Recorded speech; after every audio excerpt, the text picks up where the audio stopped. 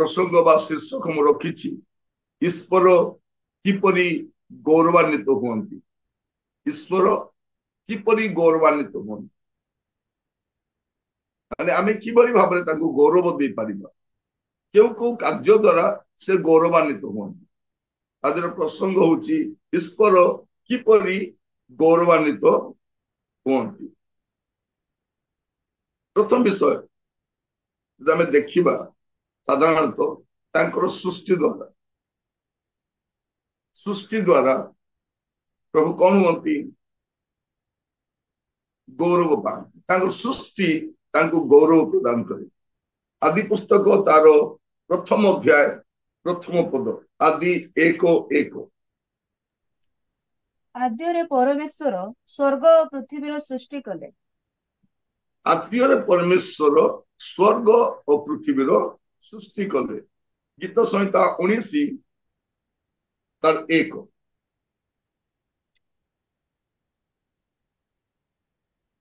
आकाश मंडल परमेश्वर गौरव वर्णना करे शून्य मंडल ताहांको हस्तकृत कर्म प्रकाश करे जो सृष्टि आम देखु लिखा जाउची आकाश मंडल परमेश्वर गौरव वर्णना करे शून्य मंडल ताहांकर हस्तकृत कर्म प्रकाश करे प्रभु केमिति गौरव पाती प्रथम विषय सृष्टि द्वारा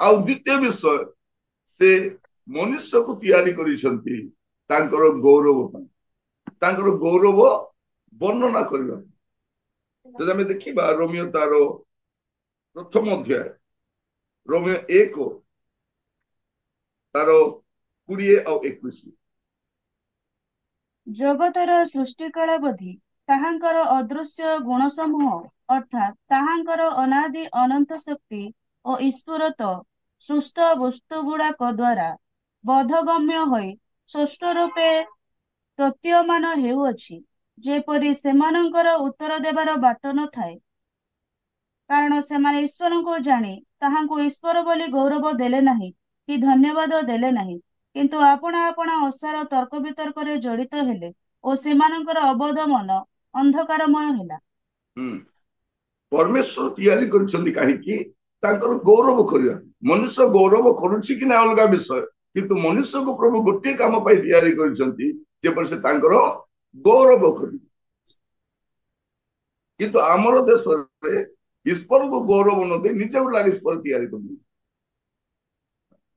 मु ए ईश्वर को गौरव देबी से ईश्वर को नु से पे शैतान भी कहला तुम्हें का को गौरव देले दियो ईश्वर को गौरव दियो नहीं से पे से लोक मान कोन कहला तुम्हें जतकी कोटी बनाइबो बनाओ एमान को गौरव दियो किंतु तांको गौरव दिबे से पे से मनुष्य कोन कहला से सरीसृप से पशु पक्षी वृक्ष लता सब को प्रभु बोली मानिला शैतान बहुत खुशी एमाने पूजा पाते किंतु से पूजा न पा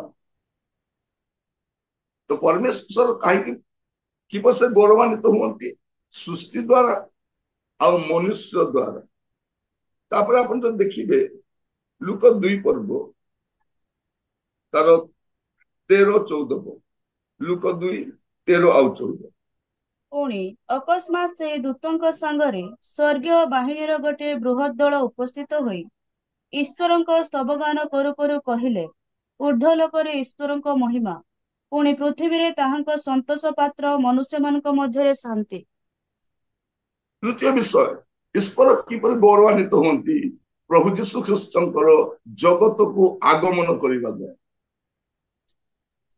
प्रभु जीशु ख्रीष्ट जगत को आगमन करिबा द्वारा पिता परमेश्वर गौरव पाए ऊर्ध्वलोकरू आसिकी बृहत बाहिनी प्रभुंकर स्तुति गान कर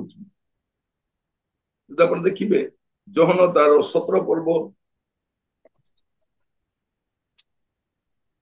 4 पद जहन 17:4 तुम्भे मते जो कर्म करने को देई अछ ताहा मो समाप्त करी पृथ्वी रे तुम्भको महिमान्वित करियछि कौन कहउछन्ति पृथ्वी रे तुमको महिमान्वित करिछि प्रभु केमती महिमान्वित हुअन्ति यीशुଙ୍କ द्वारा पिता परमेश्वर गौरवान्वित हुअन्ति यीशुଙ୍କର आगमन द्वारा ଆଉ ପ୍ରଭୁ ଯୀଶୁ ଆସି ସେଇ କାର୍ଯ୍ୟ ଗୁଡାକ କଲେ ଯୋଉ କାର୍ଯ୍ୟ ଦ୍ୱାରା ପିତା ଗୌରବ ପାଆନ୍ତି। ଆଉ ପ୍ରଭୁ କେମିତି ଗୌରବ ପାଆନ୍ତି? ପ୍ରକାଶିତ ବାକ୍ୟ 21 ପର୍ବ 10 ଆଉ 11। ସେଥିରେ ସେ ମତେ ଆତ୍ମାରେ ଗୋଟେ ବୃହତ୍ ଓ ଉଚ୍ଚ ପର୍ବତକୁ ଘେନି ଯାଇ ପବିତ୍ର ନଗରୀ ଜେରୁସାଲେମକୁ ଦେଖାଇଲେ। ତାହା ସ୍ୱର୍ଗରୁ ଈଶ୍ୱରଙ୍କ ନିକଟରୁ ଅବତରଣ କରୁଥିଲା ଏବଂ ଈଶ୍ୱରଙ୍କ ଗୌରବ ବିଶିଷ୍ଟ ଥିଲା। ତାହାର ଜ୍ୟୋତି ଅତି ବହୁମୂଲ୍ୟ ମଣିଷ ଦୃଶ୍ୟ ସ୍ୱଚ୍ଛ ସୂର୍ଯ୍ୟକାନ୍ତ ପରି। ଈଶ୍ୱର କେମିତି ଗୌରବ ପାଆନ୍ତି? ସ୍ୱର୍ଗ ଦ୍ୱାରା। ସ୍ୱର୍ଗର ଉଦ୍ଦେଶ୍ୟ, ସ୍ୱର୍ଗ ବନେଇବାର ଉଦ୍ଦେଶ୍ୟ କଣ? ଯାହା ଦେଖି ଯୋଉଠି ରହି ପରମେଶ୍ୱର ମନୁଷ୍ୟ ପରମେଶ୍ୱରଙ୍କୁ ଗୌରବ କରିବେ। ତ ପ୍ରଭୁ ସୃଷ୍ଟି କରିଛନ୍ତି ତାଙ୍କର ଗୌରବ ପାଇଁ, ମନୁଷ୍ୟକୁ ତିଆରି କରି ତାଙ୍କର ଗୌରବ ପାଇଁ। ପ୍ରଭୁ ଯୀଶୁ ଖ୍ରୀଷ୍ଟ ଜଗତକୁ ଆସିଲେ ପିତାଙ୍କର ଗୌରବ ପାଇଁ। ସ୍ୱର୍ଗ ମଧ୍ୟ ବନା ହେଇଛି ତାକୁ ଦେଖି ଯେପରି ଆମେ ପ୍ରଭୁଙ୍କୁ ଗୌରବ କରୁଛୁ। ଆପଣ ସ୍ୱର୍ଗକୁ ଗଲେ କେବଳ ପ୍ରଶଂସା କରିପାରିବେ, ପ୍ରଭୁ ଏଠି ମୁଁ ଆସିବାର ଯୋଗ୍ୟ ନଥିଲି, ଆପଣ ମତେ ଆଣିଲେ। ନହେଲେ 24 ପ୍ରାଚୀନ ତାଙ୍କୁ ତ ମୁକୁଟ ପ୍ରଭୁ ଆଗ ଦେଇଛନ୍ତି, ସେଇ ମୁକୁଟ କାଢି ପାଦ ତଳେ କାହିଁ ରଖିବାର ଅଛି? ସେମାନେ କହିବା ପାଇଁ ଚାହାନ୍ତି ଯେ ପ୍ରଭୁ ଏଇ ମୁକୁଟ ଆମର ମୁଣ୍ଡରେ ନାହିଁ, ପ୍ରଭୁ ଆପଣଙ୍କ ପାଦ ତଳେ ଆକା ଶୋଭା ପାଇବେ। ଆର ସଭା ଆମର ମସ୍ତକରେ ନାହିଁ, ଆର ସଭା ଆପଣଙ୍କ ପାଦ ତଳେ। এইটা ପ୍ରଭୁଙ୍କୁ ଗୌରବ ଦେବ। ଆମକୁ ପ୍ରଭୁ ଦିଟା ସିଢି ଉଠେଇ ଦେଲେ ଆମେ ନିଜେ 4ଟା ସିଢି ଉଠି ଯାଉଛୁ। ପ୍ରଭୁ କହିବେ ଆରେ ଆକୁ ତ ମୁଁ 2ଟା ସିଢି ଉଠେଇଥିଲି, ଇଏ କୁଆଡେ 4ଟା ଚଢିଲା, ଇଏ ଚଢିଛି 4ଟା ସିଢି। ତାପରେ ଆହୁରି ଲୋକମାନେ ଲାଗି ପଡି ସେମାନେ ଚଢେଇ ଦେବେ ଆଉ ଟିକେ। ଚଢୁ ଚଢୁ ଚଢୁ ଆଉ ସିଢି ଚଢିବା ପାଇଁ ନଥିବ। ପ୍ରଭୁ କହିବେ ଏତେ ଦୂର ତ ଆସିଲୁ ବାବୁ, ତୁ ତ ଉଲି ପାରିବୁ ନାହିଁ ବୋଲି ତାକୁ ସେ ଉଠେଇ ନେଇଯିବେ। ସେଇଥିପାଇଁ ପ୍ରଭୁଙ୍କ ଦାସ ମାନେ ସମୟ ପୂର୍ବରୁ ମରନ୍ତି, କାରଣ ପରମେଶ୍ୱର ତାର ଗୌରବ କାହାକୁ ଦିଅନ୍ତିନି। ଏଇଟା ଆମ ଲୋକମାନେ ଜାଣିନାହାନ୍ତି। ମୁଁ ଭାବବାଦୀ, ଆରେ ଏଟଲିଷ୍ଟ ପ୍ରଭୁଙ୍କ ପାଖରେ ତ ଗର୍ବ ନଥାଉ। ପ୍ରଭୁ କରିନାହାନ୍ତି, ସେଲ୍ଫ ଡିକ୍ଲେୟାର। ଆଜିଠାରୁ ମୁଁ ଭାବବାଦୀ ହେଲି, ଆଜିଠାରୁ ମୁଁ ପ୍ରେରିତ, ଆଜିଠାରୁ ମୁଁ ଅମୁକ, ଆଜିଠାରୁ ମୁଁ ଢମକ। ପ୍ରଭୁ କଲେ କି? କୋଉ କ୍ରାଇଟେରିଆରେ ଆମେ ଆସୁଛୁ? ଆମେ ବୃଥା ଗର୍ବ କରିବାନି। ଗୌରବ କେବଳ ପ୍ରଭୁ ପାଇଁ, ଗ୍ଲୋରି କେବଳ କାହାର? ପ୍ରଭୁଙ୍କର। ଥରେ ଗୋଟେ ପୁଅଟା ପ୍ରାର୍ଥନା କରୁଥିଲା, ସବୁବେଳେ ପ୍ରାର୍ଥନା କରେ, lord take all the glory and honour and give me grace. ତାକୁ ଗ୍ରେସ୍ ଦରକାର।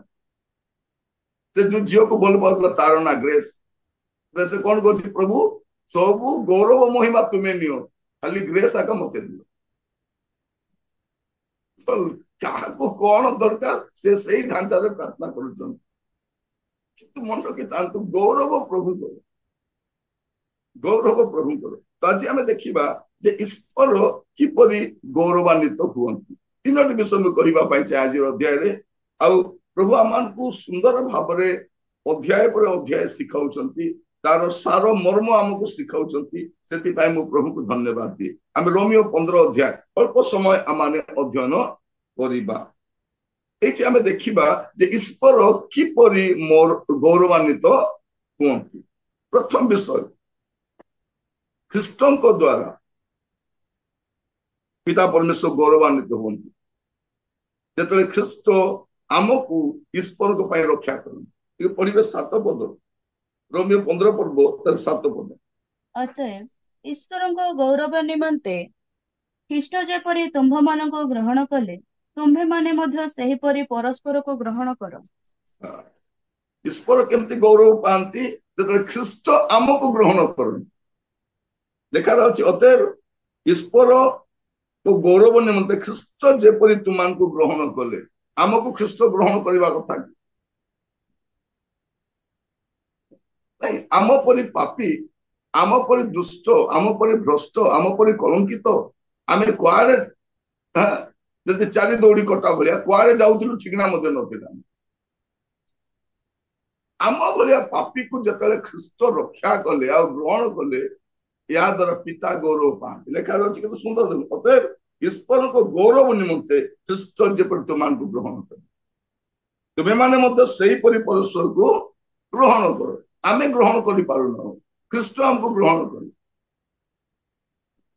ଆମେ ଆଉ ଜଣକୁ ଗ୍ରହଣ କଷ୍ଟ ମୁଁ ତାକୁ ଗ୍ରହଣ କରିବି ମୁଁ ତା ସହିତ ବସିବି ମତେ ତା ସହିତ ବରାବର କରୁଛ ତା ସହିତ ପ୍ରଭୁ କଣ କଲେ ପ୍ରଭୁ ଯୀଶୁ ଆସିଲେ ସେ ଈଶ୍ୱରଙ୍କର ସନ୍ତାନ ଥିଲେ ଆମକୁ ବି ଈଶ୍ୱରଙ୍କ ସନ୍ତାନ କରେନି ସେ ସ୍ୱର୍ଗର ଅଧିକାରୀ ଥିଲେ ଆମକୁ ବି ସ୍ୱର୍ଗର ଅଧିକାରୀ କରେନି ସେ ପିତାଙ୍କ ରାଜ୍ୟ ରହୁଛନ୍ତି ଆମକୁ ବି ପିତାଙ୍କ ରାଜ୍ୟ ଆମ ପରି ପାପୀକୁ ୟା ଦ୍ୱାରା ପିତା ଗୌରବ ପାଆନ୍ତି ୟା ଦ୍ୱାରା ପିତା ଗୌରବ ପାଆନ୍ତି ପ୍ରଭୁଙ୍କ ନାମର ସ୍ତୁତି ହଉ ତାଙ୍କର ନାମର ମହିମା ଆଦର ଯୁଗେ ଯୁଗେ ହଉ ପ୍ରଭୁ ଆମମାନଙ୍କ ଜୀବନରେ ଏ ପ୍ରକାର ଏକ ମହତ୍ କାର୍ଯ୍ୟ କରିଛନ୍ତି ସେଥିପାଇଁ ତାଙ୍କ ନାମର ସ୍ତୁତି ପ୍ରଶଂସା ଯୁଗେ ଯୁଗେ ହଉ ପ୍ରଭୁ ଆମମାନଙ୍କୁ ଏତେ ଦୟା କରିଛନ୍ତି ସେ ଆମ ପରି ଲୋକ ଆପଣ ଏଇ ଅଧ୍ୟାୟରେ ଗୁଡିଏ ବିଷୟ ଦେଖିବେ ମୁଁ ଆପଣଙ୍କୁ ସାରମର୍ମ ତିନୋଟି କଥା କହିବା ପାଇଁ ପ୍ରଥମ ବିଷୟ ଯେତେବେଳେ ଖ୍ରୀଷ୍ଟ ଆମକୁ ଗ୍ରହଣ କରନ୍ତି ଆଉ ପିତାଙ୍କ କତିକି ନେଇକି ଯାଆନ୍ତି ସେତେବେଳେ ପିତା ଗୌରବାନ୍ୱିତ ହେଇଯାଆନ୍ତି ଦେଖନ୍ତୁ ଯେତେବେଳେ ପିଲା କିଛି ଉପାର୍ଜନ କରି ଆଣିବ ବାପା ଗର୍ବ କରିବେ ନା ନାଇଁ ଏଇଟା ମୋର ପୁଅ ଘର ବାନ୍ଧିଛି ବାପାର ଛାତି ଫୁଲିଯାଏ ମୋର ପୁଅ କାର ଗୋଟେ କିଣିଲା ପିତା ଗୌରବ ପାଇଯାଆନ୍ତି ମୋର ପୁଅ କଲେଜରେ ସିଟ୍ ପାଇଲା ଅମୁକ କଲେଜରେ ଏତେ ମାର୍କ ଆଣିଛି ବାପା ଖୁସି ହେଇଯାଆନ୍ତି ଠିକ ସେମିତି ପ୍ରଭୁ ଯୀଶୁ କଣ କରିବେ ଆମ ଭଳିଆ ଓଗା ବଗା ଖଗା ମାନଙ୍କୁ ସମସ୍ତଙ୍କୁ ପରିତ୍ରାଣ କରି ପବିତ୍ର କରି ସ୍ୱର୍ଗକୁ ନେବେ ବାବୁରେ କଣ ଆଣିଲୁ ଏଇଠି ଏଇଟା ଏମାନେ ହଉଛନ୍ତି ମୋର ସମ୍ପତ୍ତି ମୋର ସଞ୍ଚିତ ଧନ ଏମାନଙ୍କ ପାଇଁ ଆଗ ମୁଁ ଜୀବନ ଦେଇଥିଲି ଏମାନେ ହିଁ ପବିତ୍ର ଥିଲେ ମୋର ବାକ୍ୟ ଶୁଣିଲେ ଆଉ ଅନେକ ବର୍ଷ ଜଗତରେ ଭଲ ଜୀବନ କାଟିଲେ ଇଏ ମାନେ ପରା ପିତା କହିବେ ଯାହୁ ବାପା ତୁ ଯେ ପ୍ରାଣ ଦେଲୁ ଆଉ ଏମାନଙ୍କୁ ତୁ ଲାଭ କରି ଆଣିଛୁ ଯେନ ନରକକୁ ଯିବା କଥା ସେତେବେଳେ ପିତା କହନ୍ତି ଯାହା ହଉ ମୋର ପୁଅଟା ଗୋଟେ ବହୁତ ବଡ କାମ କଲା ଜଗତକୁ ଗଲା ସିନା ଆଣିଛି ଆମେ ସବୁ ପରମାନେଣ୍ଟ ସିଟିଜେନ ଥିଲୁ ପରମାନେଣ୍ଟ ବାସିନ୍ଦା ନରକର ଥିଲୁ ଯାଇଥା ମତେ ଜଣେ ଭାଇ କହୁଥିଲେ ସେ ପାଳକ ଆଜ୍ଞା ମୁଁ ସିଓର ନରକକୁ ଯାଇଥାନ୍ତି ଆଜ୍ଞା ମୁଁ ସିଓର ନରକକୁ ଯାଇଥାନ୍ତି ମୋ ପରି ପାପ କରିବା ଲୋକ କିଏ ଥିଲା ଆଜ୍ଞା ଗୋଟେ ଝଟକାରେ ପ୍ରଭୁଙ୍କୁ ଗ୍ରହଣ କଲେ ତାଙ୍କ ୱାର୍ଡ ଗୋଟିଏ ଝଟକାରେ ପ୍ରଭୁଙ୍କୁ ଗ୍ରହଣ କଲେ ଆଜ୍ଞା ସେ ଦିନର ପଛକୁ ଅନେଇ ନାହିଁ ମୋ ପରି ପାପୀ ଲୋକ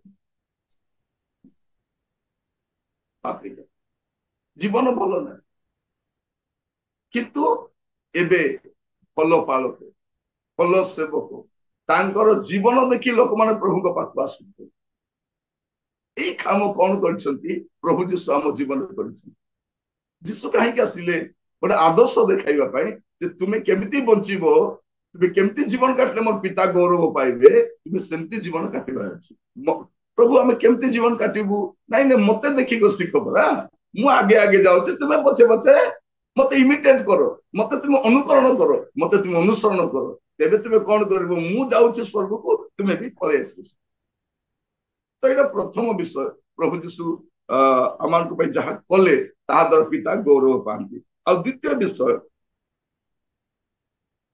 ରୋମିଓ 15 ପର୍ବ ତାର 5 ଆଉ 6 ପଦ ଧୈର୍ଯ୍ୟ ଓ ସାନ୍ତ୍ୱନାଦାତା ଈଶ୍ୱର ତୁମ୍ଭମାନଙ୍କୁ ଖ୍ରୀଷ୍ଟ ଯୀଶୁଙ୍କ ଅନୁରୂପରେ ପରସ୍ପର ଏକମନା ହେବାକୁ ଦିଅନ୍ତୁ ଯେପରି ଏକ ଚିତ୍ତରେ ଏକ ମୁଖରେ ତୁମ୍ଭେମାନେ ଈଶ୍ୱରଙ୍କ ଓ ଆମ୍ଭମାନଙ୍କ ପ୍ରଭୁ ଯୀଶୁ ଖ୍ରୀଷ୍ଟଙ୍କ ପିତାଙ୍କର ଗୌରବ କର ଗୌରବ କର କେମିତି ଗୌରବ ଏବେ ଦ୍ୱିତୀୟ ବିଷୟ ପ୍ରଥମ ବିଷୟ ଖ୍ରୀଷ୍ଟଙ୍କ ଦ୍ୱାରା ପିତା ଗୌରବ ପାଆନ୍ତି ଦ୍ୱିତୀୟ ବିଷୟ ଖ୍ରୀଷ୍ଟିଆନ ମାନଙ୍କ ଦ୍ୱାରା ପ୍ରଭୁ ଗୌରବ ପାଆନ୍ତି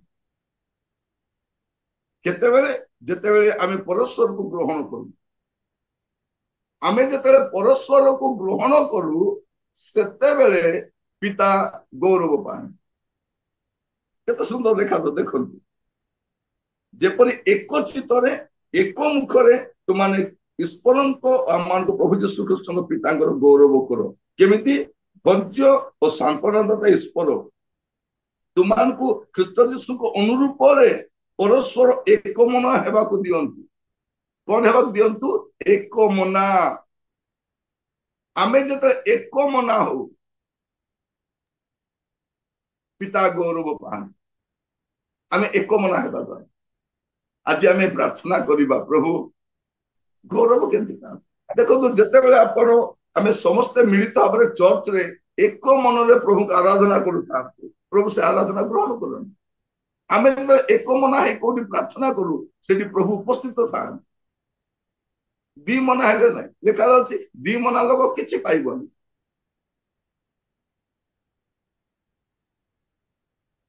ପ୍ରଭୁ ଆମମାନଙ୍କୁ ଅନୁଗ୍ରହ କରେ।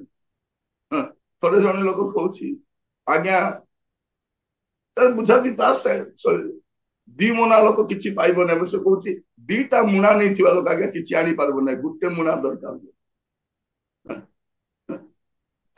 ଯାହାର ବୁଝିବା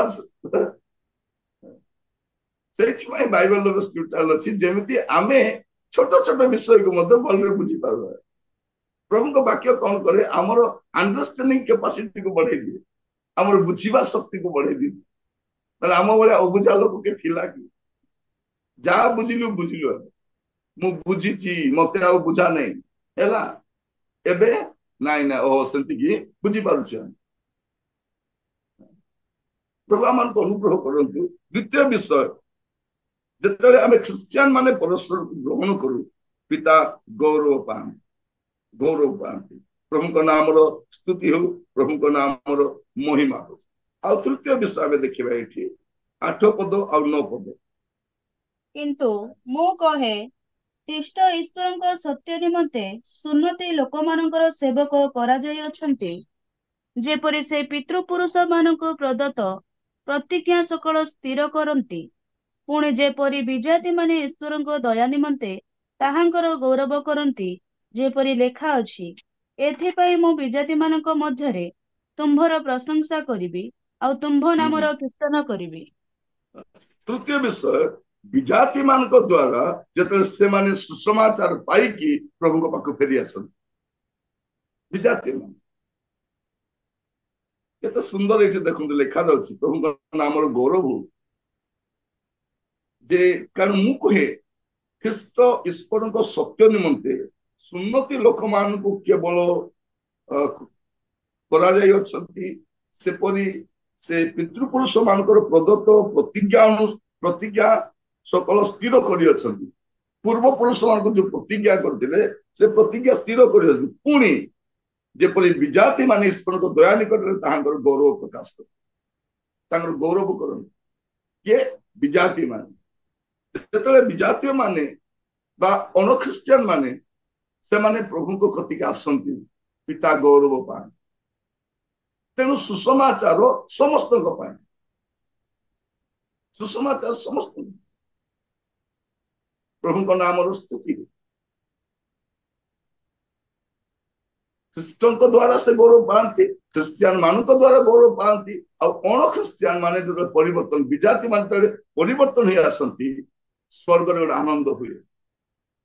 ଲୁକ 15 ପର୍ବ 7 ପଦ ଦେଖିବେ, ଲୁକ 15 ତାର 7। ମୁଁ ତୁମ୍ଭମାନଙ୍କୁ କହୁଅଛି, ସେହି ପ୍ରକାରେ ଯେଉଁମାନଙ୍କର ମନ ପରିବର୍ତ୍ତନ କରିବାର ପ୍ରୟୋଜନ ନାହିଁ, ଏପରି ଅନେସ୍ପତ ଧାର୍ମିକ ଲୋକମାନଙ୍କ ଅପେକ୍ଷା ଯେ ମନ ପରିବର୍ତ୍ତନ କରେ, ଏପରି ଜଣେ ପାପୀର ନିମନ୍ତେ ସ୍ୱର୍ଗରେ ଅଧିକ ଆନନ୍ଦ ହେବ। ସ୍ୱର୍ଗରେ ଆନନ୍ଦ କେତେବେଳେ ହୁଏ? ଗୋଟେ ପାପୀ ମନ ପରିବର୍ତ୍ତନ କରେ। ପାପୀ, ଆମ ଭଳିଆ ପାପୀ ଯଦି ପରିବର୍ତ୍ତନ ହେଇକି ସ୍ୱର୍ଗ ଆନନ୍ଦ କରୁଛ, ଆମର ପାଇଁ ଘର ଲୋକ ଆନନ୍ଦ ନାହିଁ, ଗାଁ ଲୋକ ଆନନ୍ଦ ନାହିଁ, ପରିବାର ଲୋକ ଆନନ୍ଦ ନାହିଁ। ଅନେକ ଅଣଖ୍ରୀଷ୍ଟିଆନ ପୁଅ ଝିଅ ମାନେ ପ୍ରଭୁଙ୍କ କତିକି ଆସିଲେ ବାପା ମା ଆନନ୍ଦିତ ନୁହନ୍ତି, କିନ୍ତୁ ଏଇଠି ଆମେ ଦେଖୁଛୁ ସ୍ୱର୍ଗରେ ଆନନ୍ଦ ହୁଏ, ସ୍ୱର୍ଗରେ ଆନନ୍ଦ ହୁଏ। ତ ଯେତେବେଳେ ଜଣେ ବିଜାତୀୟ ଲୋକ, ଅଣଖ୍ରୀଷ୍ଟିଆନ ଲୋକ ଯେତେବେଳେ ସେ ସୁସମାଚାର ଶୁଣି ଗ୍ରହଣ କରେ, ସ୍ୱର୍ଗରେ ଆନନ୍ଦ ହୁଏ। ଆପଣ ଯଦି ଦେଖିବେ ପ୍ରେରିତ ତାର 11 ପର୍ବ 18 ପଦ, ମାନେ ପ୍ରଥମରେ ବିଜାତି ମାନଙ୍କର ପରିବର୍ତ୍ତନରେ କଣ ହେଇଥିଲା ପ୍ରେରିତ ଏହି ସମ 11:18। ଏହି ସମସ୍ତ କଥା ଶୁଣିବାରୁ ସେମାନେ ନିରୁତ୍ତର ହେଲେ ଓ ଈଶ୍ୱରଙ୍କର ପ୍ରଶଂସା କରି କହିଲେ, ତେବେ ଈଶ୍ୱର ବିଜାତି ମାନଙ୍କୁ ମଧ୍ୟ ଜୀବନ ପ୍ରାପ୍ତି ନିମନ୍ତେ ମନ ପରିବର୍ତ୍ତନ ଦାନ କରିଅଛନ୍ତି। ସେମାନେ କଣ କଲେ? ଈଶ୍ୱରଙ୍କ ପ୍ରଶଂସା କଲେ କେତେବେଳେ? ବିଜାତୀୟ ମାନେ ଯେତେବେଳେ ଜୀବନ ପ୍ରାପ୍ତି ହେଇ ମନ ପରିବର୍ତ୍ତନ କରୁଛନ୍ତି। ଆନନ୍ଦ କେତେବେଳେ ହଉଛି? ଆନନ୍ଦ ହଉଛି ପ୍ରଥମରେ ବିଜାତି ମାନେ ପରିବର୍ତ୍ତନରେ ଈଶ୍ୱର ଗୌରବ ପାଆନ୍ତି। ଯେତେବେଳେ ଆମ ଚର୍ଚ୍ଚରେ ଗୋଟେ ଅଣଖ୍ରୀଷ୍ଟିଆନ ପରିବର୍ତ୍ତନ ଆସିଯାଏ, ଲୋକମାନେ ତାକୁ ଦେଖିବା ପାଇଁ ଆସନ୍ତି, ନାଇଁ କି? ଚର୍ଚ୍ଚର ଲୋକ ବହୁତ ଖୁସି ହେଇଯାଆନ୍ତି, ଆରେ ସିଏ ଆସିଛନ୍ତି, ଓ ସିଏ ବି ଆସିଲେ। ଆମେ ଯାଉଥାଉ, ଆମକୁ କିଏ ପଚାରୁ ନଥାନ୍ତି, କାରଣ ଆମେ ପୁରୁଣା ଲୋକ ସବୁ। ଯେତେବେଳେ ନୂଆ ଲୋକ ଗୋଟେ ପରିବର୍ତ୍ତନ ନେଇ ଆସେ, ମୁଁ ଯାଇଥିଲି ଗୋଟେ ମିଟିଂରେ ପ୍ରଚାର କରିବା ପାଇଁ, ମୁଁ ମୁଖ୍ୟ ବକ୍ତା, ମତେ ମୁଖ୍ୟ ବକ୍ତା କରି ନେଇଛନ୍ତି। ବେନେରେ ମୋର ଫଟୋ ଅଛି, ମୋର ନାମ ଅଛି, ସବୁ ଅଛି। ଜଣେ ଲୋକ 10 ମିନିଟ ପାଇଁ ସାକ୍ଷ୍ୟ ଦେବାକୁ ଆସିଥିଲା। ଲୋକ ତାକୁ ଅନାଉଛନ୍ତି, ତାକୁ କଥା ତାକୁ ସାକ୍ଷ୍ୟ ଶୁଣୁଛନ୍ତି, ତାଳି ମାରୁଛନ୍ତି, ଖୁସି ହେଇଯାଉଛନ୍ତି। ସେ ଷ୍ଟେଜ ରହିଲା ସମସ୍ତେ ଘେରି ପକାଉଛନ୍ତି, ମତେ କିଏ ବି ଅନେଇ ଦେଖୁନାହାନ୍ତି, କାରଣ ମୁଁ ପୁରୁଣା ଲୋକଟା, ମୁଁ ପ୍ରଚାର କରିବାକୁ ବାଧ୍ୟ। ମାତ୍ର ସିଏ ଜଣେ ଲୋକ କହୁଛି, ମୁଁ ତାନ୍ତ୍ରିକ ଥିଲି, ମୁଁ ଅମୁକ ଥିଲି, ମୁଁ ସମକ ଥିଲି, ଗୁଣି କରୁଥିଲି, ଏଇଟା କରୁଥିଲି, ସେଇଟା କରୁଥିଲି, ଏବେ ପ୍ରଭୁ ମତେ ପରିବର୍ତ୍ତନ କଲେ, ଏବେ ମୁଁ ବାଇବଲ ପ୍ରଚାର କରୁଛି। ଲୋକମାନେ ତାକୁ, ଏ ନୂଆ ଲୋକ ଯଦି ପରିବର୍ତ୍ତନ ଆସନ୍ତି, ମଣ୍ଡଳୀ ଆନନ୍ଦିତ ହେଇଯାଏ, ଆନନ୍ଦିତ ହେଇଯାଏ। ଆପଣଙ୍କ ଘରେ ଯଦି ପୁରୁଣା ଟଙ୍କା ବିଡା ଗୁଡାକ ଅଛି, ଆପଣ ଏଇଟା ତ ପୁରୁଣାଟା, ଏଇଟା ଅଛି 6 ମାସରୁ ଏଇଟା ଏକା ଅଛି। ଯେତେବେଳେ ନୂଆରେ 2ଟା 500 ଟଙ୍କା ବିଡା ଆସିବ, 1,00,000 ଟଙ୍କା, ତାକୁ ଦେଖି ଆପଣ କଣ ହେଇଯିବେ? ଖୁସି ହେଇଯିବେ, ହେବେ ନା ନାଇଁ? ସେ ପୁରୁଣା ଟିଭି କାନ୍ଥରେ ଥିଲେ କିଏ ଖୁସି ହବ? ତାକୁ କାଢିକି ଆଣ୍ଡ୍ରଏଡ ଟିଭି ଗୋଟେ ବଡଟା ଆଣି ଲଗେଇଦେଲେ, କାରଣ ନୂଆଟା ଆସିଛି। ଠିକ ସେମିତି ଯେତେବେଳେ ନୂଆ ଲୋକ ପରିବର୍ତ୍ତନ ହେଇ ଚର୍ଚ୍ଚକୁ ଆସନ୍ତି, ଆନନ୍ଦ ଆସେ, ସ୍ୱର୍ଗରେ ମଧ୍ୟ ଆନନ୍ଦ ଆସେ। ଆପଣ ଦେଖିବେ, ତେଣୁ ଆମର ଉଦ୍ଦେଶ୍ୟ କଣ ହେବା ଦରକାର? ସେମାନଙ୍କ କତିକି ଆମେ ପହଞ୍ଚିବା ଦରକାର। ଆମର ସୁସମାଚାର, ଆମର ଭାବବାଣୀ, ଆମର ପ୍ରଚାର, ଆମର ସବୁ ଖାଲି ଖ୍ରୀଷ୍ଟିଆନ ମାନଙ୍କ ମଧ୍ୟରେ ଚାଲିଛି, ଅଣଖ୍ରୀଷ୍ଟିଆନ ପାଖକୁ ଆମେ ଯାଉ ମଧ୍ୟ ନାହିଁ। ଏ ଅଣଖ୍ରୀଷ୍ଟିଆନ ମାନେ ଆସୁଛନ୍ତି, ତାଙ୍କୁ ସୁସମାଚାର କହିଥାନ୍ତୁ, ନାଇଁ ତୁମକୁ କିଏ ଗୁଣି କରିଦେଇଛି, ଆସନ୍ତା ଥରକୁ ପ୍ରଭୁ ତୁମକୁ ଆଶୀର୍ବାଦ କରିବେ, ତମକୁ ପୁଅ ହବ, ତମକୁ ଢଙ୍କ ହବ, ତମକୁ ଅଙ୍କ ହବ। ସେ ସେଇଟା ପାଇଁ ଆସିଥିଲା, ପଳେଇଲା। ଆମ ପାଖରେ ସୁସମାଚାର ଅଛି, ସେଇଟା ତ କହିବାର ଅଛି ନା ନାଇଁ? ସେଇଟା କହୁନାହୁଁ। ତେଲ ପାଣି ବିକି ବିକି ବସିଛୁ ସେଠି, କଣ କରିବାର ଅଛି? ନାଇଁ, ତେଲ ପାଣି ନାହିଁ, ଅଛନ୍ତି ପ୍ରଭୁ ମହାନ, ଆପଣ ତାଙ୍କ କତିକି ଆସନ୍ତୁ। ଏଇଟା ଆମେ ଅନ୍ୟକୁ କହିବାର, ଆମେ ସେ କହିପାରୁନୁ। ପ୍ରଭୁ ଆମମାନଙ୍କୁ ଅନୁଗ୍ରହ କରନ୍ତୁ। ଦେଖିବେ ଲୁକ ତାର 2:42-43, ଲୁକ 2:42-43। ତାହାଙ୍କର 12 ବର୍ଷ ସମୟରେ ସେମାନେ ପର୍ବର ରୀତି ଅନୁସାରେ ସେଠାକୁ ଯାତ୍ରା କଲେ। ପର୍ବର ସମୟ ସମାପ୍ତ କରି ଯେତେବେଳେ ସେମାନେ ବାହୁଡ଼ି ଆସୁଥିଲେ, ସେତେବେଳେ ବାଳକ ଯୀଶୁ ଜେରୁସାଲେମରେ ରହିଗଲେ, ଆଉ ତାହାଙ୍କ ପିତାମାତା ତାହା ଜାଣିନଥିଲେ। ପ୍ରଭୁ ଯୀଶୁ କଣ କଲେ? ଯେତେବେଳେ ଟାଇମ ହେଇଗଲା, ଷ୍ଟାର୍ଟ କରିଦେଲେ। ସେ ପ୍ରଭୁ ଯୀଶୁଙ୍କୁ ସୁଯୋଗ ମିଳିଲା ମାନେ କଥାବାର୍ତ୍ତା ଆରମ୍ଭ କରିଦଉଛନ୍ତି। ତାପରେ ଆପଣ ଦେଖିବେ ସେ କଣ କରୁଛନ୍ତି। ଲୁକ 4 ପର୍ବ ତାର 42-43, ଲୁକ 4 ତାର 42-43। ପ୍ରଭାତ ହୁଅନ୍ତେ ସେ ବାହାରି ଗୋଟିଏ ନିର୍ଜନ ସ୍ଥାନକୁ ଗଲେ, ଆଉ ଲୋକ ସମୂହ ତାହାଙ୍କର ଅନ୍ୱେଷଣ କରି କରି ତାହାଙ୍କ ନିକଟକୁ ଆସିଲେ। ପୁଣି ସେ ଯେପରି ସେମାନଙ୍କ ପାଖରୁ ଚାଲି ନ ଯାଆନ୍ତି, ସେଥି ନିମନ୍ତେ ତାହାଙ୍କୁ ଅଟକାଇବା ପାଇଁ ଚେଷ୍ଟା କଲେ। କିନ୍ତୁ ସେ ସେମାନଙ୍କୁ କହିଲେ, ଅନ୍ୟାନ୍ୟ ନଗରରେ ମଧ୍ୟ ମତେ ଅବଶ୍ୟ ଈଶ୍ୱରଙ୍କ ରାଜ୍ୟର ସୁସମାଚାର ପ୍ରଚାର କରିବାକୁ ହେବ, କାରଣ ସେଥି ନିମନ୍ତେ ମୁଁ ପ୍ରେରିତ ହୋଇଅଛି। ପ୍ରଭୁ ଯୀଶୁଙ୍କର ଉଦ୍ଦେଶ୍ୟ କଣ? ଅନ୍ୟାନ୍ୟ ନଗର। ତା ଉପର ପଦ ଦେଖୁଛୁ, ପ୍ରଭୁ ସୁସ୍ଥ କରୁଛନ୍ତି, ଲୋକକୁ ଖାଇବାକୁ ଦଉଛନ୍ତି, ଲୋକମାନେ ତାକୁ ଛାଡିବା ପାଇଁ ଇଚ୍ଛା କରୁନାହାନ୍ତି। ସେ କଣ କରୁଛନ୍ତି ନାଇଁ ନାଇଁ ଏଠି ମୁଁ ରହିବା ପାଇଁ ଆସି ନାହିଁ, ମତେ ଆଉ ଅନ୍ୟ ଗ୍ରାମକୁ ଯିବା ପାଇଁ ପଡିବ। ଏଇଟା ହେଲା ସେବା। ଆମକୁ ଯୋଉଠି ଆଦର ସମ୍ମାନ ମିଳିବ ସେଠି 2 ଦିନ ଏକ୍ସଟ୍ରା ରହିଯିବୁ, ସେ ଜାଗା ଛାଡି ଯିବା ପାଇଁ ଇଚ୍ଛା କରିବୁନି, ସତ ନା ନାହିଁ? ସେଇ ଗାଁରେ ଆଗ ରହିବୁ, ବାରମ୍ବାର ସେଇ ଜାଗାରେ ମିଟିଂ କରିବା ଯିବୁ। ଆସନ୍ତା ଥର ଆପଣ ଆସିଲେ ଆଜ୍ଞା, ବର୍ଷେ 2 ବର୍ଷ 3 ବର୍ଷ, କାରଣ ସେ ଗୋଟିଏ ଯେ କାହିଁକି ଏମାନେ ତାକୁ ଆଦର କରୁଛନ୍ତି, ମାଂସ ଖାଇବାକୁ ଦଉଛନ୍ତି, ଭଲ ଖାଇବାକୁ ଦଉଛନ୍ତି, ସେଇଠି ରହୁଛନ୍ତି, ସେଇଠି ମିରାକେଲ ହଉଛି, ସବୁ ହଉଛି। ପ୍ରଭୁ ଯୀଶୁ ଖ୍ରୀଷ୍ଟ ସେଇ ସ୍ଥାନରେ ଅଛନ୍ତି, ଲୋକମାନେ ଛାଡିବା ପାଇଁ ଇଚ୍ଛା କରୁନାହାନ୍ତି, କାରଣ ଲୋକମାନେ ସୁସ୍ଥ ହଉଛନ୍ତି, ଲୋକ ଭିଡ ବଢି ଚାଲୁଛି, ଲୋକଙ୍କର ମଧ୍ୟରେ ପ୍ରଭୁ ଯୀଶୁ ଖ୍ରୀଷ୍ଟଙ୍କର ପରିଚୟ ଆହୁରି ବଢି ଯାଉଛି। କିନ୍ତୁ ପ୍ରଭୁ ଯୀଶୁ କହିଲେ ନାଇଁ ନାଇଁ, ମତେ ଅନ୍ୟାନ୍ୟ ନଗରକୁ ମତେ ଯିବା ପାଇଁ ହେବ। କାରଣ ଯେତେବେଳେ ସେମାନେ ସୁସମାଚାର ଶୁଣି ମନ ପରିବର୍ତ୍ତନ କରିବେ, ପିତା ଗୌରବାନ୍ୱିତ ହେବେ, ପିତା ଗୌରବାନ୍ୱିତ ହେବେ। ଦେଖିବେ ଯୋହନ 10 ପର୍ବ ତାର 16 ପଦ, ଯୋହନ 10 ତାର 16। ଯେଉଁ ମନୁଷ୍ୟ ଗୁଡିକ ଏହି ମେଷଶାଳାର ନୁହନ୍ତି, ମୋହର ଏପରି ଅନ୍ୟ ମେଷ ଗୁଡିକ ଅଛନ୍ତି, ସେମାନଙ୍କୁ ମଧ୍ୟ ମତେ ଆଣିବାକୁ ହେବ। ପୁଣି ସେମାନେ ମୋହର ସ୍ୱର ଶୁଣିବେ, ସେଥିରେ ଗୋଟିଏ ପୋଲ ଓ ଗୋଟିଏ ପାଳକ ହେବେ। କେତେ ସୁନ୍ଦର ଲେଖା, ଯେଉଁ ମେଷ ଗୁଡିକ ଏଇ ମେଷଶାଳାର ନୁହନ୍ତି। ମେଷଶାଳାର ମେଷ ତ ଅଛନ୍ତି, କିନ୍ତୁ ଯୋଉ ମେଷ ଗୁଡିକ ଏଇ ମେଷଶାଳାର ନୁହନ୍ତି, ତାକୁ ମଧ୍ୟ ମତେ ଆଣିବାକୁ ହବ। ହାଲେଲୁୟା। ନହେଲେ ଆମେ ସେ ଖୁଆରକୁ ଯାଇଥାନ୍ତୁ କି? ଆମେ ଆଗରୁ ଦେଖିଛୁ, ଇସ୍ରାଏଲ ନୁହେଁ, ଆମେ ମଧ୍ୟ, ଆମକୁ ମଧ୍ୟ କଲମୀ କରାଗଲା, ଆମକୁ ମଧ୍ୟ ଖୁଆର ମଧ୍ୟକୁ ଆଣିଲେ। ଯୀଶୁ ସେଇଥିପାଇଁ ଆସିଥିଲେ, ଯାହା ହଜି ଅଛି ତାହା ଖୋଜି ରକ୍ଷା କରିବାକୁ। ଯୋଉ ମେଷ ଗୁଡିକ ବାଟ ବଣା ହେଇଯାଇଛନ୍ତି, ଗାତରେ ପଡି ଯାଇଛନ୍ତି, ଖାତରେ ପଡି ଯାଇଛନ୍ତି, ହିଂସ୍ର ଜନ୍ତୁ ହାବୁଡରେ ପଡି ଯାଇଛନ୍ତି, ତାଙ୍କ ମୁଖରୁ ଛଡାଇ କରି ଆଣିବା କାର୍ଯ୍ୟ ପ୍ରଭୁ ଯୀଶୁ କରିଛନ୍ତି। ସେତେବେଳେ ପିତା ଗୌରବାନ୍ୱିତ ହୁଅନ୍ତି।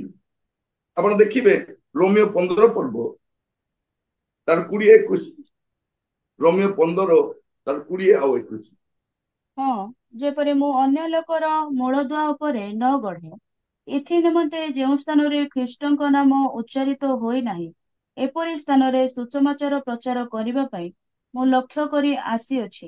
ଯେପରି ଲେଖା ଅଛି, ଯେଉଁମାନେ ତାହାଙ୍କ ସମ୍ବାଦ ପାଇନାହାନ୍ତି ସେମାନେ ଦେଖିବେ, ଆଉ ଯେଉଁମାନେ ଶୁଣି ନାହାନ୍ତି ସେମାନେ ବୁଝିବେ। ଦେଖନ୍ତୁ କେତେ ସୁନ୍ଦର ବିଷୟ ଲେଖା ରହିଛି, ଯେ ଯୋଉଠି ସୁସମାଚାର ଶୁଣି ନାହାନ୍ତି ସେଇଠି ମୁଁ ଯିବା ପାଇଁ ବାହାରିଲି। କୋଉଠି? ଯୋଉଠି ସୁସମାଚାର ପହଞ୍ଚିନି। ଯୀଶୁ ମଧ୍ୟ କହୁଛନ୍ତି ମତେ ଅନ୍ୟ ସ୍ଥାନକୁ ଯିବା ପାଇଁ ପଡିବ, ଅନ୍ୟ ନଗରକୁ ଯିବା ପାଇଁ ପଡିବ। ଏଠି ପାଉଲ ମଧ୍ୟ କହୁଛନ୍ତି ସେଇ ସ୍ଥାନକୁ ମୁଁ ସମ୍ବାଦ ନେଇ ଯିବା ପାଇଁ ଚାହେଁ। ଆଉ 23 ପଦରେ କଣ ଲେଖା ରହିଛି, କିନ୍ତୁ ଏବେ ଏପରି ଏଇ ସବୁ ଅଞ୍ଚଳରେ କାର୍ଯ୍ୟ କରିବାରୁ ଆଉ ସ୍ଥାନ ନଥିବାରୁ, ମାନେ ଭାବି ଦେଖନ୍ତୁ, ଆଉ କୋଉ ସ୍ଥାନ ବଳକା ନାହିଁ, ସେ ସବୁ ସ୍ଥାନକୁ ଯାଇଛନ୍ତି। ଆମେ କଣ ଆମର ସାହି ଛାଡି କୁଆଡେ ଯାଉନ, ନାଇଁ କି?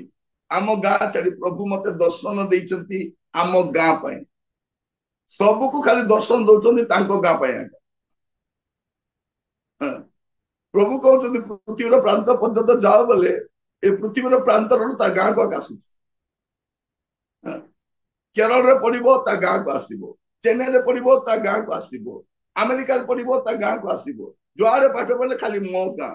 ସେ ଗାଁର ଦର୍ଶନ ବାଲା ଗାଁରେ 10ଟା ବସିଥିବେ, ଆଉ ଗାଁରେ 10ଟା ଚର୍ଚ୍ଚ କରିଥିବେ। କାରଣ ଯୋଉଠି ଭିଜନ ନଥିବ ସେଇଠି ଡିଭିଜନ ଥିବ, ଯୋଉଠି ଭିଜନ ନଥିବ ସେଇଠି ଡିଭିଜନ ଥିବ। ଏମିତି କେତେ ଲୋକ ଗାଁରେ ସେବା କରିବା ପାଇଁ ଅଛନ୍ତି। ଏବେ ଯଦି ମୁଁ କହିବି ନାଇଁ ପ୍ରଭୁ ମତେ ଜୟପୁର ପାଇଁ ଦର୍ଶନ ଦଉଛନ୍ତି, ଏମିତି ଦର୍ଶନ ବାଲା ତ ଗଦା ଅଛନ୍ତି, ସେବା କରିବା ପାଇଁ ତ ଗଦା ଲୋକ ଅଛନ୍ତି, ଆଉ ମୁଁ ଆଉ ଥିବା ଦରକାର। ଯେବେ ସୁଯୋଗ ମିଳିବ ଟିକେ ପଦେ ଅଧେ କହିବି, କିନ୍ତୁ ମୋର ଉଦ୍ଦେଶ୍ୟ କଣ ଅଛି, ଅନ୍ୟ ସ୍ଥାନ ମାନଙ୍କ ଯୋଉଠି ସୁସମାଚାର ପହଞ୍ଚି ନାହିଁ ସେଇଠି ମଧ୍ୟ ଯିବା ଦରକାର। ପାଉଲ ସେଇଟା କହୁଛି। ତେଣୁ ପ୍ରଭୁ ପାଉଲଙ୍କୁ ବିଜାତୀୟ ମାନଙ୍କ ପାଇଁ, ଯେତେବେଳେ ବିଜାତୀୟ ମାନେ ପ୍ରଭୁଙ୍କ କତିକି ଆସନ୍ତି ପ୍ରଭୁ ଗୌରବ ପାଆନ୍ତି। ଆମେ କଣ କରିବା, ଆମର କର୍ତ୍ତବ୍ୟ କଣ? 30 ପଦ, 30 ପଦ, ରୋମିଓ ତାର 15-30। हे भाई माने मो आम्भମାନଙ୍କ प्रभु ଯୀଶୁ ଖ୍ରୀଷ୍ଟଙ୍କ ହେତୁ ଓ ଆତ୍ମାଙ୍କ ପ୍ରେମ ହେତୁ ମୋ ନିମନ୍ତେ ଈଶ୍ୱରଙ୍କ ନିକଟରେ ମୋ ସହିତ ଯତ୍ନ ସହକାରେ ପ୍ରାର୍ଥନା କରିବା ପାଇଁ ତୁମ୍ଭମାନଙ୍କୁ ବିନତି କରୁଅଛି।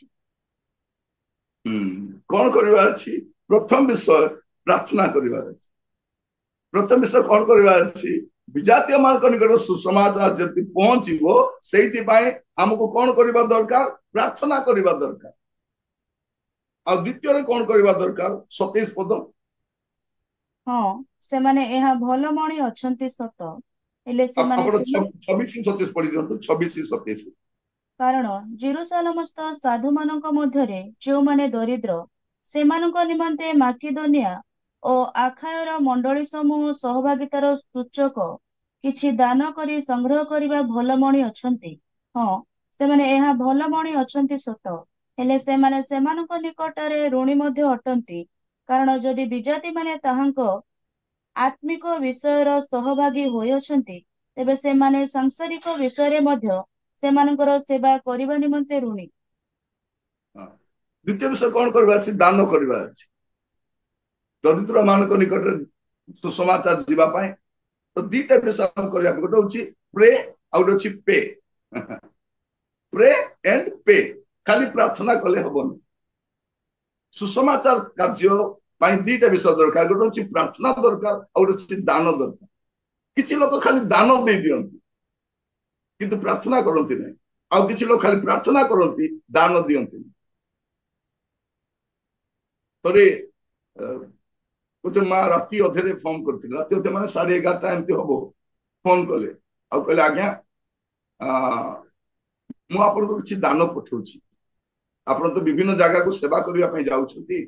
ମୋର କ୍ଷୁଦ୍ର ଦାନ ଆଜ୍ଞା, ଆପଣଙ୍କର କଣ ଗୋଟେ କାମରେ ବି ଆସିବ, ମୁଁ ପଠଉଛି। ମୋ ପୁଅକୁ କହୁଛି ସେ ପଠେଇଦେବ। ଅଳ୍ପ ଦାନ ସେ ପଠେଇଲେ। ତାପରେ ମୁଁ ଚେଷ୍ଟା କଲି ଏଇ ପରିବାରଟା କଣ କରନ୍ତି।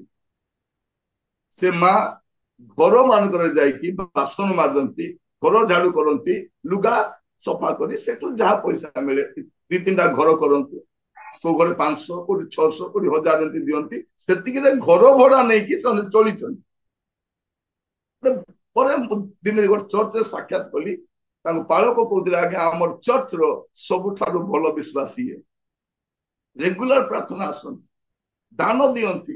ପଚାରିଲି କଣ କରନ୍ତି? ଏ ଘର ମାନଙ୍କର କାମ କରନ୍ତି, କିନ୍ତୁ ଆଜ୍ଞା ସେବା ପାଇଁ ବହୁତ ଉଚ୍ଚ। ମାନେ ମୁଁ କହିବା ପାଇଁ ଚାହେଁ, ପରମେଶ୍ୱର ଆମର କେବଳ ପ୍ରାର୍ଥନା ନୁହେଁ, ଦାନ ବି ଚାହାନ୍ତି। ସେଇ ଦିନରୁ ମୁଁ ବହୁତ ଯତ୍ନବାନ ହେଲି ଯେ ଯେଉଁମାନେ କ୍ଷୁଦ୍ର ଦାନ ବି ଦିଅନ୍ତି ତାକୁ କେମିତି ସେବା ପାଇଁ ମୁଁ ବ୍ୟବହାର କরি। ଏଇଟା ସେମାନେ ସେବା ପାଇଁ ଦଉଛନ୍ତି। ମତେ ଦଉନାହାନ୍ତି ଆଜ୍ଞା ଯାଇକି ଆପଣ ହୋଟେଲରେ ଭଲ କରି ଖାଆନ୍ତୁ ହେଲା, ଆଉ ଆଜ୍ଞା ଆପଣ ଗୋଟେ 7,000 ଟଙ୍କାର ବୁଟ କିଣିବେ ହେଲା, ଆଉ ଗୋଟେ ଆଜ୍ଞା କିଣିବେ ଟିକେ ମେକଅପ୍ କିଟ୍ ଗୋଟେ କିଣିବେ ଆଜ୍ଞା ଆପଣ ହେଲା, ଆଉ ଆଜ୍ଞା ଏଟା ପାଇଁ ପଠାଉନାହାନ୍ତି ଲୋକ। ମତେ କଣ ପାଇଁ ଦଉଛନ୍ତି? ଏଇଟା ଆପଣ ସେବା ପାଇଁ ବ୍ୟବହାର। ସେବା। ଦିନେ ମୁଁ ଯାଉଥାଏ ଗୋଟେ ସେବା ପାଇଁ। ଆମେ ଆମର କାର ଯେତେବେଳେ କୋରାପୁଟ ଦେଇକି ଯାଉଛି, ଆମର କାର ମାନେ ବଡ କାର ହେଲା, ସେ କାର ଯେତେବେଳେ ଯାଉଛୁ ଆମେ, ଗୋଟେ ସ୍ତ୍ରୀ ଲୋକ ହଠାତ୍ ଦେଖିଲା, ଝରକା ଆମର ଖୋଲା ଥାଏ, ହଠାତ୍ ଦେଖିଲା, ଆଜ୍ଞା ନମସ୍କାର। ତ ତାଙ୍କୁ ଚିହ୍ନିବି ନାହିଁ। ଭଉଣୀ ନମସ୍କାର। ସାଙ୍ଗେ ସାଙ୍ଗେ ସେଠୁ 200 ଟଙ୍କା ଦେଇଦେଲେ। କହିଲେ ଆଜ୍ଞା ଏଟା ରଖନ୍ତୁ ଆଜ୍ଞା, ଆପଣ ଏତେ ଦୂର ଯିବେ। ସେଇ ସମୟରେ ମୁଁ ଯାଉଥିଲି ଦାରିଙ୍ଗବାଡିରେ ଗୋଟେ ମିଟିଂ ଥାଏ, ଆମେ ଯାଉଥିଲୁ। ସେ ପଚାରିଲେ ଆଜ୍ଞା କେତେ ଦିନ ପାଇଁ ଯାଉଛନ୍ତି? ନାଇଁ 3 ଦିନ ପାଇଁ ଆମେ ସେ ଅଞ୍ଚଳରେ ଯାଉଛୁ। ଆଜ୍ଞା ଏଟା ରଖିଥାନ୍ତୁ ଆଜ୍ଞା, କିଛି ଗୋଟେ କିଣିବେ ଆଜ୍ଞା। ମୁଁ ଭାବୁଛି ସେ ସ୍ତ୍ରୀ ଲୋକ 200 ଟଙ୍କା ଧରି ଏକା ମାର୍କେଟ ଆସିଥିବେ। ସେ ମତେ ଦେଇଦେଲା ପରେ କଣ କିଣିଲା ମୁଁ ଜାଣିନି। ସାଙ୍ଗେ ସାଙ୍ଗେ ମୁଁ ଆମର ସେଇ ଭାଇ ଯେ ତାଙ୍କର ଗାଡିରେ ଆମେ ଯାଉ, ଚିନୁ ଭାଇ, ତାଙ୍କୁ କହିଲି ଚିନୁ ଯିବ ଏଇ ପଇସାରେ ଗୋଟେ କାର୍ଟୁନ ପାଣି କିଣିବ। ଆମେ 3 ଦିନ ଯାକ ଆମେ ପାଣି ପିଉଥିବୁ, ପ୍ରଭୁ ତାକୁ ସ୍ମରଣ କରୁଥିବୁ। କାରଣ ଯେ ଗିନାଏ ଥଣ୍ଡା ପାଣି ଦବ ସେ ସ୍ୱର୍ଗରେ ପୁରସ୍କାର ହରେଇବ ନାହିଁ। ତାର ପାଣି ଏତିକି କିଣା ଯାଉଛି ସେ ସ୍ୱର୍ଗରେ ବାରମ୍ବାର ସ୍ମରଣ କରାଯାଏ। ମୁଁ କହିବା ପାଇଁ ଚାହେଁ, ଆମର ପ୍ରତ୍ୟେକ କ୍ଷୁଦ୍ର କ୍ଷୁଦ୍ର ଦାନ ଗୁଡା ପାଉଲ ସେଇଟା କହୁଛନ୍ତି। ବିଜାତୀୟ ମାନଙ୍କର ସୁସମାଚାର ଯିବା ପାଇଁ ତୁମର ପ୍ରାର୍ଥନା ବି ଦରକାର, ତୁମର ଦାନ ବି ଦରକାର ଅଛି। ଏଟା ମୋର ସାକ୍ଷ୍ୟ ପାଇଁ କହିବି, ନହେଲେ ଆମେ କେମିତି ସେବା କାର୍ଯ୍ୟ କରିପାରିବୁ? आमर तो कौन से अनुष्ठान भी ना कोई चर्च भी आम साहाଯ୍य पाउन कई नियमित आम कौन व्यक्ति आमको बाहर पठाती भी ना विश्वासी माने जहाँ खुशी रे दियंती सेटा आम सेवा कार्य व्यवहार कर अनेक प्रार्थना करते अनेक दान दियंती तेणु आमर पिता केते गौरवान्वित हुआ जिते प्रथम विषय आम देखुलु ख्रीष्टों द्वारा जिते से आमको ईश्वर लाभ करती द्वितीय ख्रीस्टियान मान द्वारा जो परस्पर को ग्रहण करूँ आ तृतीय विषय विजातीय मान द्वारा जो से माने ख्रीष्टों को ग्रहण करती सुसमाचार को ग्रहण करती प्रभु गौरव पाती प्रभु गौरव पाती सत कथा किंतु आमको मत से किसी दियंती आप देखिए रोमियो 15 पर्व तार 5 पद ଧୈର୍ଯ୍ୟ ଓ ସାନ୍ତ୍ୱନାଦାତା ଈଶ୍ୱର ତୁମ୍ଭମାନଙ୍କୁ ଖ୍ରୀଷ୍ଟ ଯୀଶୁଙ୍କ ଅନୁରୂପରେ ପରସ୍ପର ଏକ ମନ ହେବାକୁ ଦିଅନ୍ତୁ। से कौन करती केवल से गौरव पाती ताहा नुहे से धैर्य और सांत्वनादाता ईश्वर आम पाऊ से गौरव पाती कि धैर्य और सांत्वनादाता ईश्वर तुम मान ख्रीष्ट यीशु अनुरूप परस्पर एक मन होगा दिंतु यहीटा सी करती आ 13 पद देखिए 13 पद ସେହି ଭରସାର ଈଶ୍ୱର ତୁମ୍ଭମାନଙ୍କୁ ବିଶ୍ୱାସ ଦ୍ୱାରା ସମସ୍ତ ଆନନ୍ଦ ଓ ଶାନ୍ତିରେ ପରିପୂର୍ଣ୍ଣ କରନ୍ତୁ ଯେପରି ତୁମ୍ଭେମାନେ ପବିତ୍ର ଆତ୍ମାଙ୍କ ଶକ୍ତିରେ ଭରସାର ପ୍ରଚୁରତା ଅନୁଭବ କର। ଏବେ କଣ ଅନୁଭବ କରୁ ଆମେ ପ୍ରଚୁର ଭରସା ପାଉ ପ୍ରଭୁ ଗୌରବ ପାଆନ୍ତି ଆମେ ସାନ୍ତ୍ୱନା ପାଉ ସାନ୍ତ୍ୱନା ଦାତା ଈଶ୍ୱରକୁ ପାଉ ଆମେ କଣ ପାଉ ଆମେ ଗୌରବ ପାଉ ଆମେ କଣ ପାଉ ଆମେ प्रभुंकर से गौरवर भरोसा आम पाई पवित्र आत्मा द्वारा भरोसार प्रचुरता आम पाई आ 33 पद शांतिदाता ईश्वर तुम्ह समस्तଙ୍କ सहित थांतु आमेन। हाँ केते सुंदर देखंतु जेतेबेले आमे ईश्वर को गौरव दो आमे मध्य आशीर्वाद रु वंचित होई न थाउ हालेलुया प्रभु को आमे जेतेबेले गौरव दो रिटर्न से हमको कोन दियंती हमको धैर्य दियंती हमको सांत्वना दियंती हमको भरोसा दियंती हमको शांति लिखा अछि शांतिदाता ईश्वर तुम मानकर तुम समस्त सहित थांतु आमेन केते बड़ विषय तो एई अध्याय में देखुतिलु ईश्वर किपरि गौरव पाए प्रभु